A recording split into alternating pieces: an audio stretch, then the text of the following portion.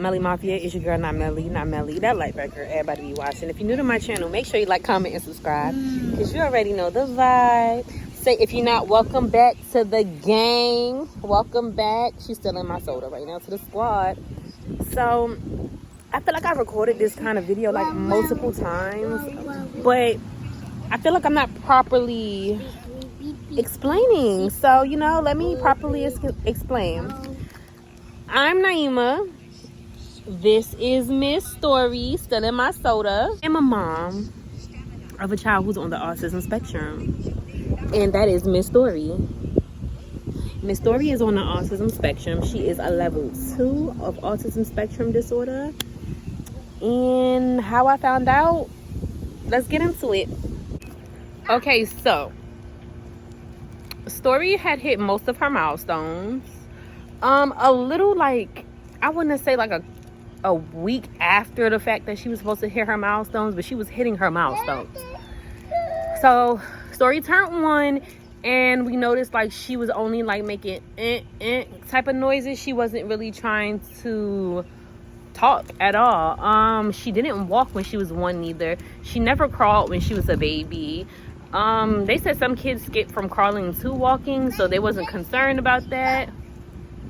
I was concerned about that because all the kids that I've ever been around, they crawled, and mine just was not crawling. So that was a concern. I'm not gonna get into the fight, because there was a fight, y'all. It was a fight for us to get to where we are now. I'm gonna do that in another video. I'm just, you know, just talking about the autism part, how we, you know, find out she was autistic. So fast forward, they had put her into early intervention, and when I had did the evaluation for early intervention, of course you have to bring the child with you. We was only originally going in for speech. Just because you don't talk, just because you're nonverbal, let's say that, just because you're nonverbal doesn't mean you're autistic. Some kids take longer to talk, and we just thought at the time Miss Story was just taking a longer time to talk. Like, we didn't think nothing of it and whatnot. They noticed that Story was falling a lot, and I was like, yeah, that was one of my concerns too. Like, she just started walking. Mind you, when we got to early intervention, Story was about 18 months at the time. She just started walking like 2 weeks before the early intervention appointment. Hi, Mama. Hi, silly. Hi, silly. So she was falling, having bruises. So they actually recommended physical therapy. So we did physical therapy, and then my physical therapist, who it was in home, was like, you know, I really think Story would benefit from occupational therapy. So we started occupational therapy as well. That was outside the home. So we had got like all those services, and then we was referred to neurology.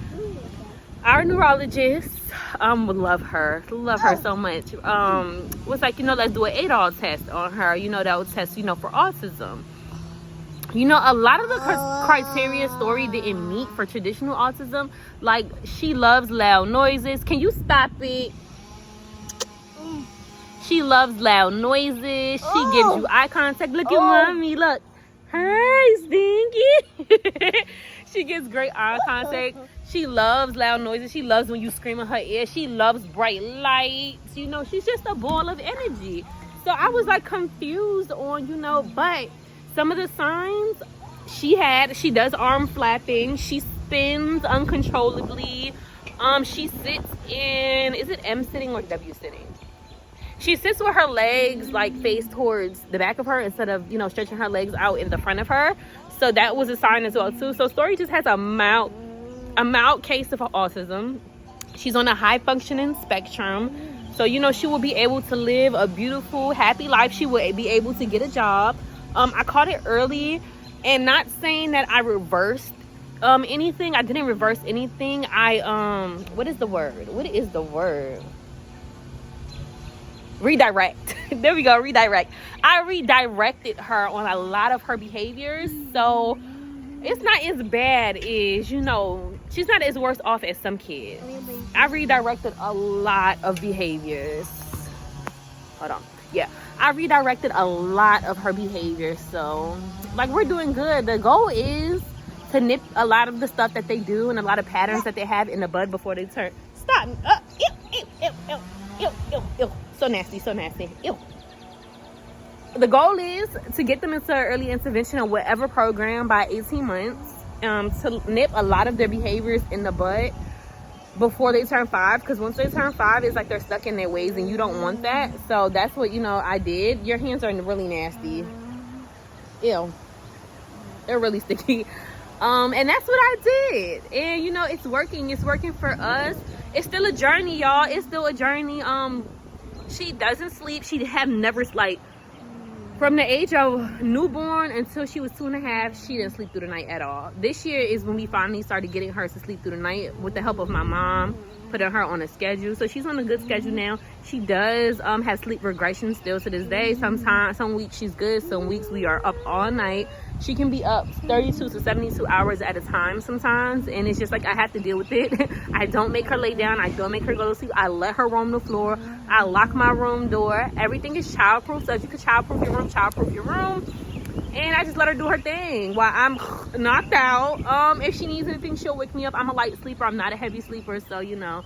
But I do take those precautions to make my room and my home safe for her. And yeah, like I said, there wasn't really big signs. It was just like, you know, a couple things that we was just like,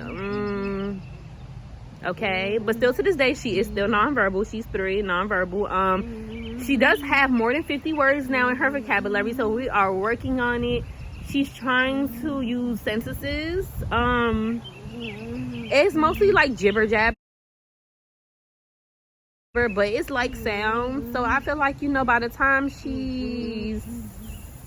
I feel as if by the time she's 5, she should be talking way more than what she's talking now.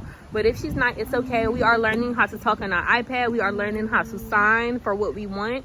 And that was the bulk of the behavior, because Story has really bad tantrums. The bulk of it is just being nonverbal and not being able to communicate with me. The tantrums are not associated to her autism. She wants, and sometimes it's like she knows what she wants but just can't get it out, and that's when we get the tantrums. And then some days it's like, okay, you know, I can get it out. And those days we don't have the tantrums. But you know, all in all, amazing kid. She is smart, and sometimes I feel like she just be playing with me. But she is smart. She's amazing. She is kind. She is wonderful. She is starting preschool in September, so we're getting that, you know, straight away and together. I don't know how to feel about that just yet, but you know, all in all, I feel like it'll be great. But it was a fight to get to where we are today, and I will put that video out. If you guys want the video, I'll put the video out. I did have to fight with her pediatrician, and I switched pediatricians. Don't be afraid to do that. It was a lot, y'all. And me being a young mom, like, I was 23 when I found out I was pregnant. I was 24 when I had Story. Never in my life thought, you know, I'll be raising a child with autism, but here we are today, and I wouldn't have it any other way. Like, I feel like if I had a child who had, you know, was regular, like a regular normal human being, I would be bored in life.